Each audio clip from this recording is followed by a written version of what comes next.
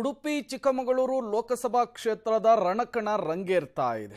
ಶೋಭಾ ಕರಂದ್ಲಾಜೆ ಅವರು go back ಶೋಭಕ್ಕ ಪತ್ರ ಅಭಿಯಾನಕ್ಕೆ ಮೊದಲ ಬಾರಿ ರಿಯಾಕ್ಟ್ ಮಾಡಿದ್ದಾರೆ, ಕೆಂಡ ಕಾರಿದ್ದಾರೆ.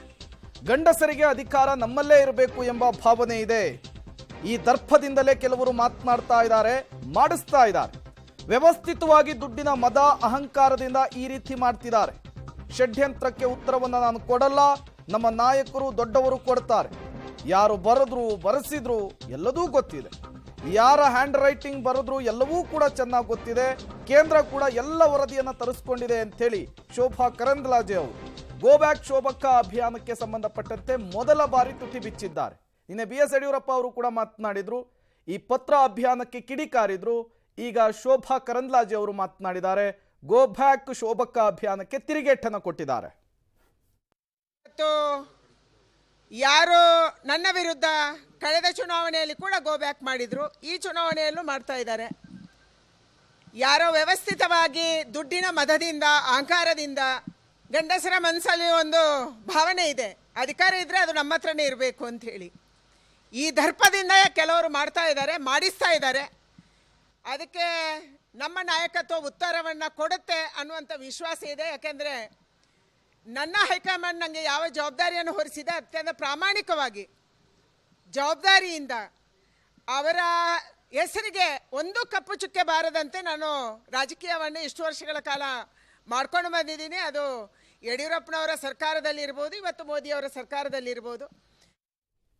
ಇದೇ ವಿಚಾರಕ್ಕೆ ಸಂಬಂಧಪಟ್ಟಂತೆ ಮತ್ತಷ್ಟು ಡೀಟೇಲ್ಸ್ ಅನ್ನು ಕೊಡ್ತಾರೆ ನಮ್ಮ ಪ್ರತಿನಿಧಿ ನಾರಾಯಣಗೌಡ ದೂರವಾಣಿ ಸಂಪರ್ಕದಲ್ಲಿ ಜಾಯ್ನ್ ಆಗಿದ್ದಾರೆ. ನಾರಾಯಣಗೌಡ, ಶೋಭಾ ಕರಂದ್ಲಾಜೆ ಅವರು ಗೋ ಬ್ಯಾಕ್ ಶೋಭಕ್ಕ ಪತ್ರ ಅಭಿಯಾನಕ್ಕೆ ತಿರುಗೇಟನ್ನು ಕೊಟ್ಟಿದ್ದಾರೆ, ಷಡ್ಯಂತ್ರ ಅಂತ ಹೇಳಿ ವ್ಯಾಖ್ಯಾನವನ್ನು ಮಾಡಿದ್ದಾರೆ. ಈ ಹೇಳಿಕೆಯ ಹಿನ್ನೆಲೆ ಏನು ಸೂಚನೆಯನ್ನು ಕೊಡ್ತಾ ಇದೆ ಈ ಹೇಳಿಕೆ ಅಂತ ಹೇಳಿ?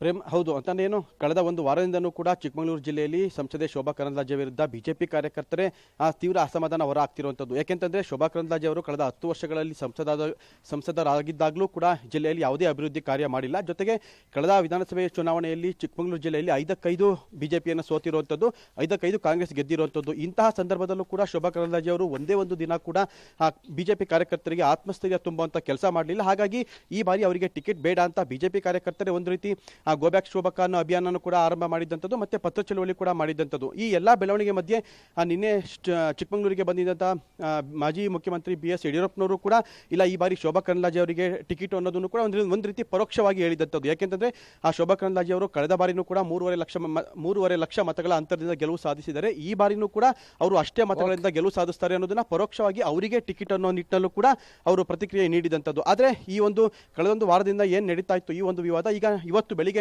ಮತ್ತೆ ಈ ಒಂದು ವಿವಾದ ಅಂದ್ರೆ ಏನು ಈ ಅಭಿಯಾನ ಮಾಡ್ತಾ ಇದ್ರು ಅದನ್ನ ಮತ್ತೆ ಮುಂದುವರಿಸಿರುವಂಥದ್ದು. ಯಾಕೆಂತಂದ್ರೆ ಶೋಭಾ ಕರಂದ್ಲಾಜೆ ಅವರು ಅವರಿಗೆ ಇರುವಂತಹ ಒಂದು ಭಯದ ನಿಟ್ಟಿನಲ್ಲಿ ಈ ಒಂದು ವಿವಾದಕ್ಕೆ ಮಧ್ಯ ಯಡಿಯೂರಪ್ಪನವರು ತಂದಿದ್ದಾರೆ ಅಂತಲೂ ಕೂಡ ಸಾಮಾಜಿಕ ಜಾಲತಾಣದಲ್ಲಿ ಅಸಮಾಧಾನ ಹೊರಹಾಕಿರುವಂಥದ್ದು. ಆದರೆ ಮೊದಲ ಬಾರಿಗೆ ಈ ಒಂದು ಅಭಿಯಾನದ ಬಗ್ಗೆ ಪ್ರತಿಕ್ರಿಯೆ ನೀಡಿದಂಥ ಶೋಭಾ ಕರಂದ್ಲಾಜೆ ಅವರು ಕೂಡ ಯಾರು ಈ ಒಂದು ಕೆಲಸ ಮಾಡ್ತಿದ್ದಾರೆ ಅವ್ರ ವಿರುದ್ಧ ನೇರವಾಗಿ ಆಕ್ರೋಶ ಹೊರಹಾಕಿರುವಂಥದ್ದು.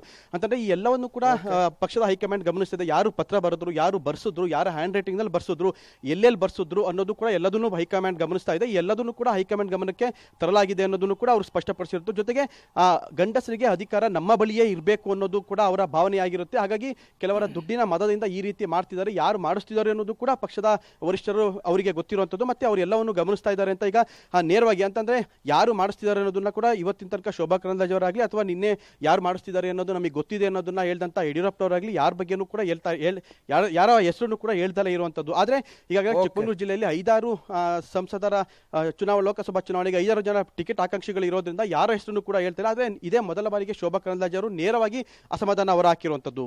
Prem, okay, thank you Narayanagowda ತಮ್ಮೆಲ್ಲ ಮಾಹಿತಿಗಾಗಿ.